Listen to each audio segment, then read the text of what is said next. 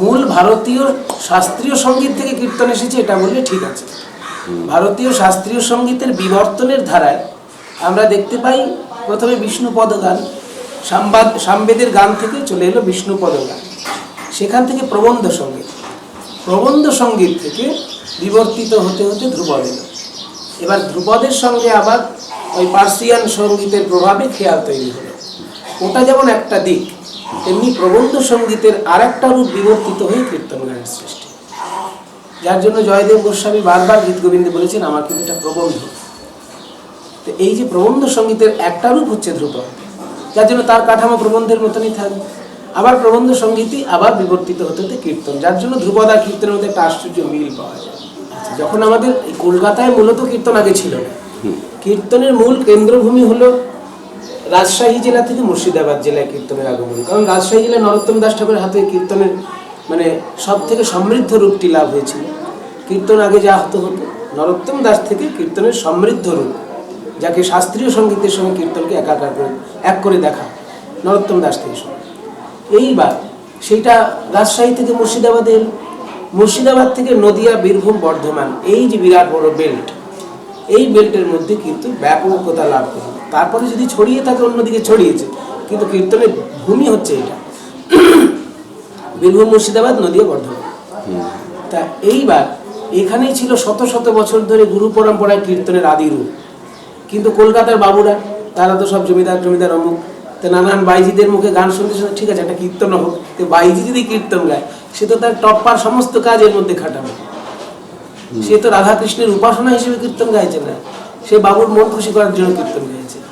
সেই জন্য সেখানে ওই ঠুংরি, টপ্পা, নানান রকম কায়দায় ঢুকে গিয়ে কীর্তনের যে মাঠে বা গ্রামে, কীর্তন তো মূলত গ্রামের সম্পদ এবং শহরের সম্পদ দুটোই।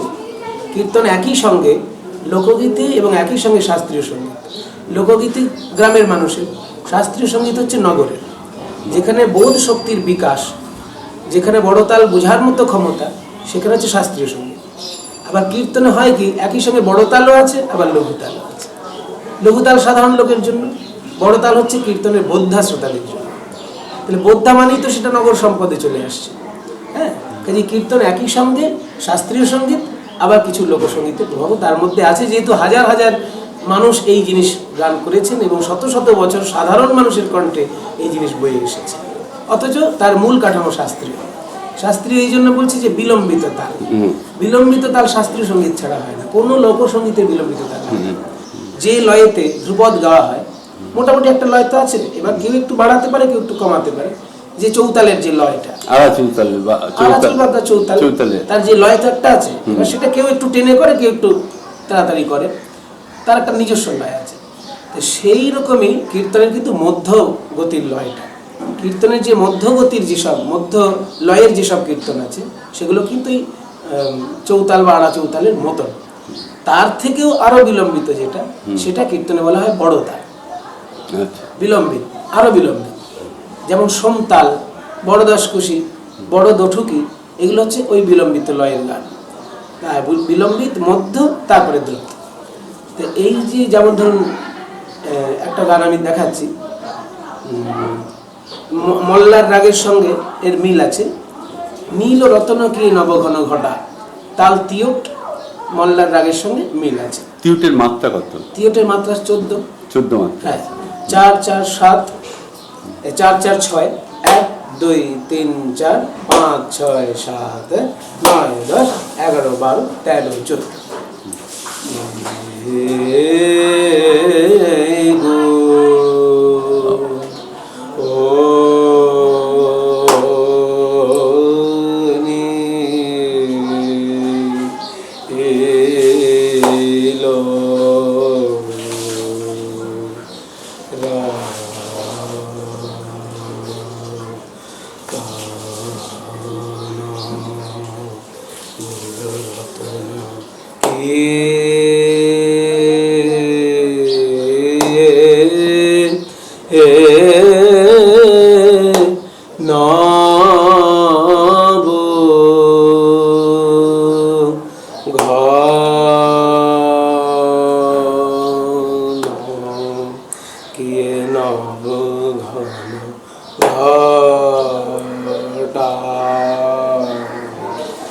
তেমনি অরুণিত চরণে একটা আছে বিলাবল রাগে, মধ্যম দশকোষী, তালটার নাম মধ্যম দশকোষী, 14 মাত্রা। 14 মাত্রা। হচ্ছে 4-4-2-4।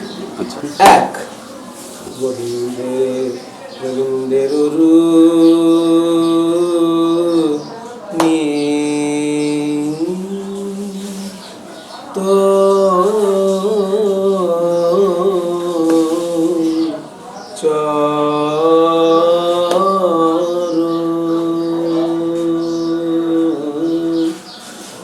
চরণে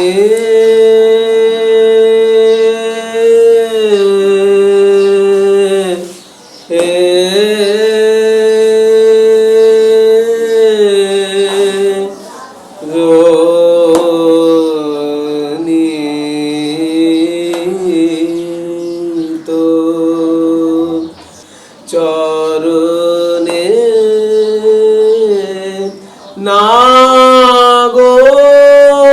নাগরের গো শ্যাম বিনোদী ইয়া কি দেখলাম শ্যাম নগর ও রে নাগরের গো বিনোদিয়া কি দেখলাম শ্যাম নগর। এরকম খোলের বাজনা নানা রকম চলবে।